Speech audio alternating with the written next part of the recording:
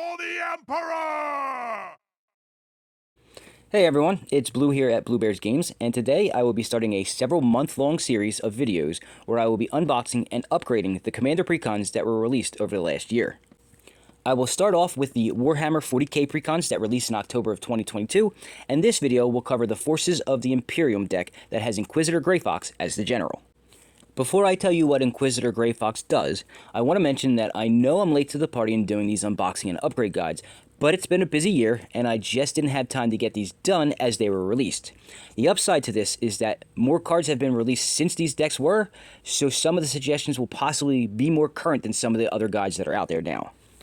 Now with that statement out of the way, let me tell you about Inquisitor Greyfox, and then show you what's in the box. Inquisitor Greyfox is 1 black, 1 blue, 1 white, and 1 generic mana to cast for a 3/3 legendary human Inquisitor with 3 abilities. The first ability is Vigilance, which is nice since this is a combat-based deck. The second ability they call it Unquestionable Wisdom, and gives all other creatures you control +1/+0 and Vigilance, which again is nice because this is a combat-based deck. The third and last ability Greyfox has is called Hunt for Heresy, and allows you to pay 1 generic mana and tap it to tap target creature and opponent controls, and then you investigate, which means you create a clue token which can be sacrificed to draw a card. Both parts of this ability are good, because as a combat-based deck, tapping your opponent's best blocker is helpful, and then drawing cards is one of the most powerful things you can do in Magic. Aside from being a combat-based deck, it appears that there are some elements of token creation, graveyard recursion, and aristocrat-style themes, so let's take a look and see exactly what's in the box. So it's been a little while since I've opened up a Commander precon on channel, so bear with me because the configuration of the box is a little different, so let's just open it up and go from there. It's actually quite different. Alright, so what do we got here? We'll start off with... Wow, this is really different. Alright. So there's that. I assume that the box here, there we go. Alright, so what we got first is we've got what used to be the punch-outs in a different form, but we've got punch-outs here, of course that, and then on the back it looks like there's more punch-outs. I don't know what I can use that for, or this for, but they're there, so I'll figure it out. It's a little insert. It's looking like it's just like the other ones where it's just a nothing, it's just a little insert. So we'll put that to the side. This is the life counter that they gave us. Obviously it goes to 40 on one side, and then 20 on the other, so you can keep track of your life. Sometimes you go higher, but whatever. Here's the box that they gave us with it. They actually went back on these to the original boxes that they started with, which are much nicer than the newer ones that they have. So put it together here, and I'll show you. They got the color schemes on it.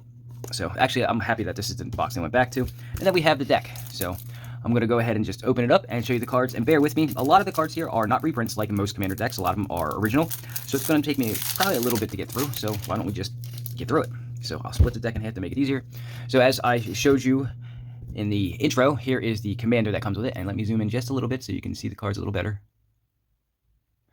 So this one has Inquisitor Greyfox as the Commander, as I showed you earlier. I already went over it, so I'll just move on. The next card, this looks like it is the secondary Commander, is Marnius Calgor, 5 to cast 3/5 with double strike, and has 2 abilities, one of them called Master Tactician. It says whenever 1 or more tokens enter the battlefield under your control, you draw a card, which is really nice. And then Chapter Master for 6, as many times as you can pay it, you create a 2/2 white. I'm going to say that's Astartes warrior creature token with vigilance. So it's actually, in my opinion, that looks like it would be the better Commander for this deck. And then we'll go into the rest of the deck. So they started off with And They Shall Know No Fear. It's 2 to cast instant. This is original. This is not a reprint of any kind. Just choose a creature type. Creatures you control of the chosen type get +1/+0 and gain indestructible until end of turn. Grey Knight Paragon is a 5 to cast 4/4 with flash. And then a ability that says Rites of Banishment, that when it enters the battlefield, destroy target attacking creature. If that creature is a demon, exile it instead. Space Marine Scout is a 3 to cast 2/1 with first strike and vigilance. And then an ability that they called Concealed, what does that say? Passion. When Space Marine Scout enters the battlefield, if an opponent controls more lands than you, you may search your library for a plains card and put it onto the battlefield. Tapped. Thunderwolf Cavalry, 5 to cast 4/4, first striker, and then its ability... I'm not going to read the ability's names. There's so many different names. I'm just going to read what the ability does. It says whenever Thunderwolf Cavalry deals combat damage to a player, put a +1/+1 counter on each other creature you control, which is actually quite nice. Sicarian Infiltrator is the next card. It's 3 to cast 1/2 with flash. And Squad 2. And Squad was a very interesting ability. It says that as an additional cost to cast this spell, you may pay 2 any number of times, so it's basically a kicker. And then when this creature enters the battlefield, create that many tokens that are copies of it. And then it has an ability that whenever it enters the battlefield, you draw a card. So for every 2 you put into it as a kicker, or multi-kicker in this case, you get a copy of it. So I actually like the squad ability. Sanguinary Priest, 40 cast 2/4 with lifelink, and then whenever another creature you control dies, it deals 1 damage to any target. So that's pretty good for a aristocrat style theme, especially since it's black, so it's in the right colors. Deny the Witch, it's a 40 cast instant. You counter target spell, activated ability, or triggered ability, and its controller loses life equal to the number of creatures you control. As far as counter magic goes, it's expensive to cast, it's also mana color intensive, but the ability is great. It kind of reminds me of Undermine, but can do more damage. Undermine, by the way, was my favorite counter magic spell in the game. Alright, Primaris Chaplain is a 40 cast 3/3 with Battle Cry. It's an actual old ability. It says whenever this creature attacks, each other attacking creature gets +1/+0. And then it has another ability that says whenever it attacks, it gains indestructible until end of turn. Stewards to Plowshares, we already know that. That's a reprint, so I'm not going to read that off. Reconnaissance Mission, also a reprint, so I'm not going to read that off either. Mortify, good reprint. Mindstone. Skull Clamp, really, really good reprint. Really good for any deck that uses tokens of any kind that are 1/1s. Soul Ring, naturally. Talisman of Dominance. They did a really good job with these decks. I see why they were a little bit more. Talisman of Hierarchy. It's the black-white Talisman. Talisman of Progress is the white-blue one. Arcane Sanctum. Ash Barrens. Memorial to Glory. Arcane Signet. Commander Sphere. Command Tower. Dismal Backwater. So we're getting into the land section, apparently. Evolving Wilds. Path of Ancestry. Scoured Barrens, Terramorphic Expanse, Celestine the Living Saint. So this is not a reprint. It's a, what is that, 5 to cast, 3/4 flying lifelink with Healing Tears, and so at the beginning of your end step, return target creature card with mana value X or less from your graveyard to the battlefield, where X is the amount of life that you gained this turn. So fits well into a aristocrat style theme because that's actually one of the side themes for that. Alright, Defenders of Humanity, it's 3 and X, so it's 1 white, 2 generic, and X. When Defenders of Humanity enters the battlefield, you create X 2/2 white Astartes. I'm saying that wrong probably, but whatever. Warrior creature tokens with vigilance. And then it has an ability that for a white 2 and X, you exile Defenders of Humanity, and then create X 2/2 white, whatever that name is, Astartes, warrior creature tokens with vigilance. You can activate only if you control no creatures and only during your turn. So it's an enchantment that creates tokens, and then you can sacrifice it to, or actually exile it to create more. For the Emperor, 4 to cast sorcery, creatures you control get +2/+2 and gain vigilance and lifelink until end of turn. Space Marine Devastator, it's a 4 to cast 3/3, has Squad 2, that's that ability I said earlier I liked a lot. And then it has whenever Space Marine Devastator enters the battlefield, you destroy up to 1 target artifact or enchantment. Alright, Triumph of Saint Catherine, it's a 5 to cast 5/5 lifelinker, and has the ability that when Triumph of Saint Catherine dies, exile the top 6 cards of your library in a face-down pile, and if you do, you shuffle that pile and put it back on top of your library. Weird. And it has Miracle. Miracle is an old ability. It says if it's the first card you've drawn for a turn, you can play it for the Miracle cost instead. You know what? I'm going to zoom out just a little bit. There we go. All right. Ultramarines Honor Guard. It's a 4 to cast 2/2, has Squad 2, and it's Anthem, so other creatures you control get +1/+1. So that's actually pretty cool. Vexilus Praetor is a 4 to cast 3/4 with Flash and Vigilance, and the ability says commanders you control have protection from everything. I think I've actually given this as an upgrade for a deck that I made recently. Alright, let's see. Zephyrim, 4 to cast 3/3 with Squad 2, Flying, Vigilance, and Miracle of 2. So that's a lot of abilities. Sister of Silence, 5 to cast 3/3 with Flash, and whenever it enters the battlefield, counter target instant spell, sorcery, spell, activated ability, or triggered ability. Huh, that's actually a pretty good one. For me, anyway. Vanguard Suppressor, 4 to cast 3/2 with Squad 2, Flying, and then whenever it deals combat damage to a player, you draw a card. Arco Flagellant, it's a 3 to cast 3/1 with Squad 2 that can't block, and it has an ability where you pay 3 life, and it gains indestructible until end of turn. It's a high cost. Primaris Eliminator is a 5 to cast 3/2. When it enters the battlefield, you can choose to either destroy a creature, which is pretty cool, or creatures target player controls get -2/-2 until end of turn. Assault Intercessor. What does that say? Intercessor. It's a 3 to cast 3/2, first strike, menace, and whenever a creature an opponent controls dies, that player loses 2 life. Again, that fits really well into Aristocrats because most Aristocrats decks are black and white and want to do that. Belisarius Call, 4 to cast 2/4, and then it has 2 abilities. One of them you can tap it and 2 untapped artifacts you control to create a 2/2 white Astartes warrior creature token with vigilance, or you can tap it and tap X untapped creatures you control to look at the top X cards of your library. You may reveal an artifact card from among them and put it into your hand, and put the rest on the bottom of your library in a random order. That's a lot of words. All right, we got a saga here. It's Birth of the Imperium. It's 5 to cast. It has 3 chapters. The first chapter is to create a 2/2 white warrior creature token with vigilance for each opponent you have. The second chapter, each opponent sacrifices a creature. And then the third and final chapter is draw 2 cards for each opponent who controls more creatures than you, or fewer creatures than you. Calidus Assassin is a 6 to cast, 3/3 with flash. And then its ability says you may have it enter the battlefield tapped as a copy of any creature on the battlefield, except it has when this creature enters the battlefield, you destroy up to 1 other target creature with the same name as this creature. So basically, it's a clone assassin. Commissar Severus Reign is a 3 to cast 2/2 that says whenever it attacks, each opponent loses X life, or X is the number of attacking creatures. That's pretty devastating. That could be a deck right there. This could be a general for a deck by itself. And then it has another ability on top of that you pay 2 and sacrifice another creature, and you gain 2 life and draw a card. So yeah, that's a pretty devastating commander on its own. All right, Company Commander, 4 to cast 2/4.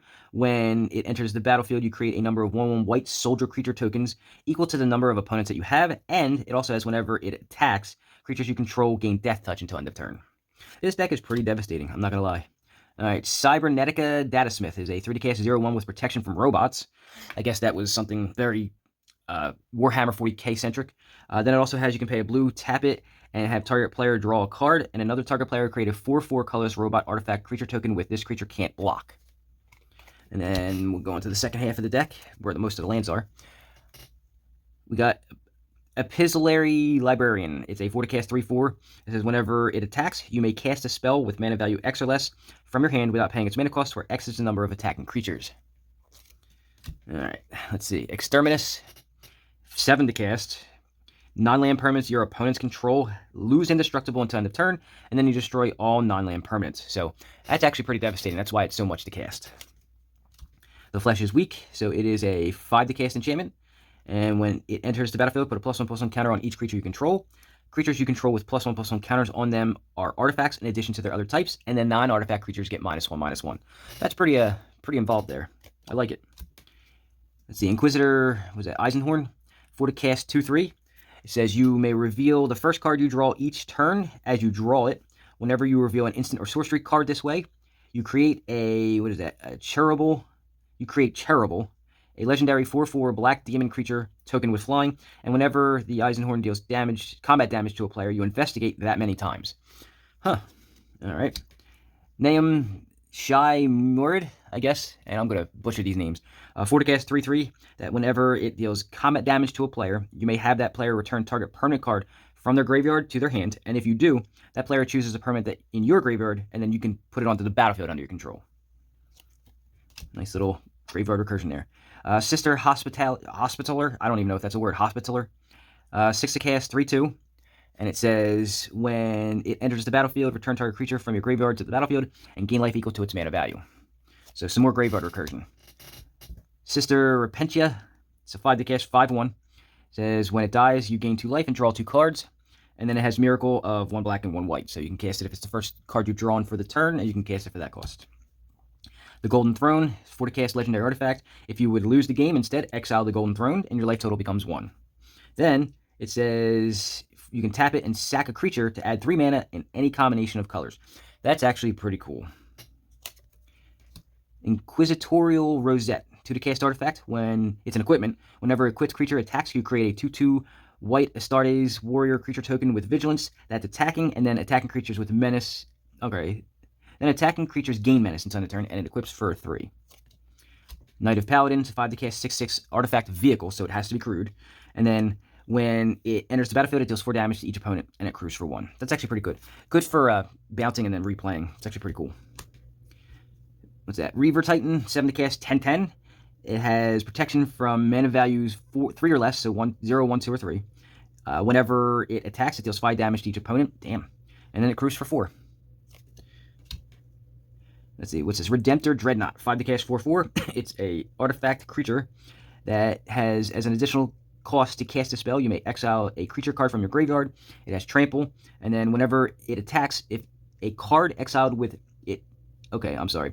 If a card is exiled with it, it gets +X/+X until end of turn, where X is the power of the exiled card. Thunderhawk gunship is a 6-cast 6/6 vehicle, so it needs to be crewed, and its crew cost is 2. Has flying. When it enters the battlefield, you create 2/2 white Astartes warrior creature tokens with vigilance, and then when it attacks, attacking creatures you control gain flying until end of turn.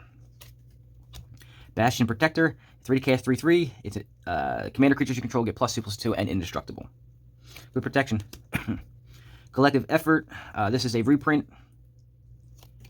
Deploy the front. I don't think this is. This is 7 to cast. You create X/1/1 white soldier creature tokens, or X is the number of creatures on the battlefield. Not just yours, but apparently the entire battlefield. Entrapment Maneuver, 4 to cast. Instant. Target player sacrifices an attacking creature, and then you create X/1/1 white soldier creature tokens, where X is that creature's toughness. Oop. Fell the Mighty. It is a 5 to cast sorcery. Destroy all creatures with power greater than target creature's power. So whatever you target, if anything has a higher power, you destroy that. Hour of Reckoning. This is a reprint. It destroys all non-token creatures. I actually need a couple of these for budget decks I want to do. Launch the Fleet. It's a 1 to cast sorcery. Has Strive. That says this spell costs 1 more to cast for each target beyond the first. So you cast it, it has 1 target, and then you can pay 1 generic for each additional target. And then until end of turn, any number of target creatures gain whenever this creature attacks. You create a 1/1 white soldier creature token that's tapped and attacking. Martial Coup. This is actually a reprint as well. Letter End, another reprint. It's a good one though. Exile target non-land permanent for 4. Everflowing Chalice. Choked Estuary.